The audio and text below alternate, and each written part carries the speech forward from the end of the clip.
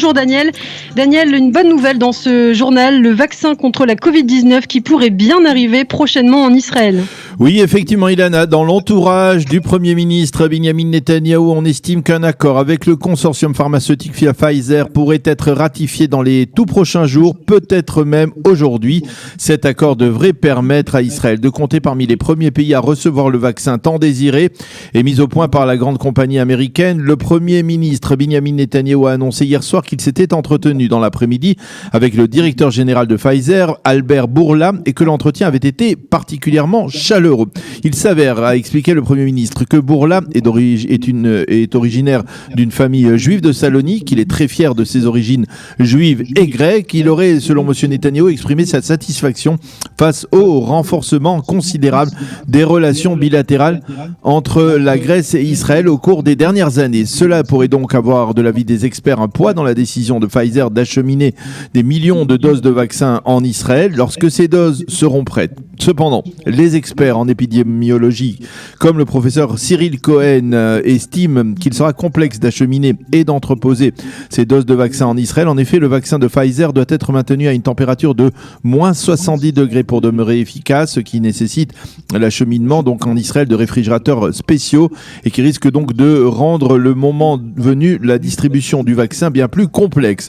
En d'autres termes, si l'accord est signé avec Pfizer, il faudra acheminer des doses de vaccins progressivement en Israël. Et puis on a appris hier que la compagnie Moderna, qui elle a déjà signé un accord avec Israël sur la production d'un vaccin, pourrait publier dans les tout prochains jours des données sur les essais réalisés avec le vaccin qu'elle est en train de développer. Selon un expert, Moderna devrait aussi publier des données encourageantes, quasiment semblables à celles de Pfizer, sur la probabilité que ce vaccin soit efficace. Le Premier ministre Netanyahou continue à promouvoir la proposition d'instaurer un couvre-feu nocturne en Israël, soit uniquement dans les villes rouges, soit même en cas d'augmentation sensible du nombre de malades sur l'ensemble du territoire israélien. L'objectif de ce couvre-feu nocturne est d'empêcher les mariages, essentiellement dans le secteur arabe, qui est de plus en plus contaminé, mais également dans la population juive. Il semble que l'instauration de ce couvre-feu nocturne se fera parallèlement à la réouverture des centres commerciaux en Israël. Le cabinet restreint Corona, qui doit débattre de ce dossier aujourd'hui, donc devrait traiter de cette problématique. Pour l'instant, 3 des 4 localités druzes du plateau du Golan vont entrer ce matin en confinement en raison de leur fort taux de contamination. Il s'agit de Majdel Shams, Massadeh et Boukata. La Knesset a voté hier la loi sur les îlots touristiques qui doit permettre la réouverture des hôtels à Eilat et sur les rives de la mer Morte. Mais l'ouverture des hôtels sera conditionnée par l'installation de structures permettant de réaliser des tests de dépistage rapide à l'entrée d'Eilat et de la zone hôtelière de la mer Morte. La ministre du Tourisme, Orit Farkas-Cohen, a affirmé que son ministère aidera à la mise en place des structures de dépistage afin de permettre une réouverture rapide des hôtels et le retour au travail de dizaines de milliers de sans-emploi. État d'alerte au sein des forces de sécurité israéliennes stationnées dans le pourtour de la bande de Gaza. C'est en effet aujourd'hui le premier anniversaire de l'élimination par Israël de l'un des leaders du djihad islamique, Abu al-Atta.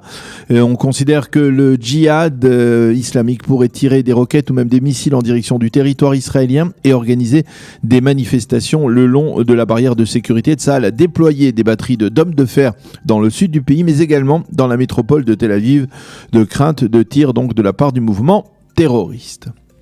Et puis Daniel, le Hezbollah est en état d'alerte, comme l'a indiqué hier Hassan Nasrallah. Oui, en effet, le leader du mouvement chiite a prononcé hier un discours dans lequel il a indiqué que le Hezbollah était en état d'alerte en perspective d'une opération israélienne. Nasrallah a également affirmé que la position de son mouvement vers Israël n'avait pas changé. Nous considérons que l'existence d'Israël est illégitime et que nous ne participerons pas à des négociations de paix avec l'ennemi. Cette déclaration fait écho à des propos tenus au cours des derniers jours, tant par la fille du président libanais Michel Aoun que par le frère du premier ministre libanais Saad el-Hariri, qui s'était exprimé en faveur d'une paix avec l'État d'Israël. La météo pour terminer, légère hausse des températures, temps partiellement nuageux à clair. Il fera 21 degrés aujourd'hui à Jérusalem, 24 à Tel Aviv et 28 degrés à Eilat. C'est la fin de ce journal d'information.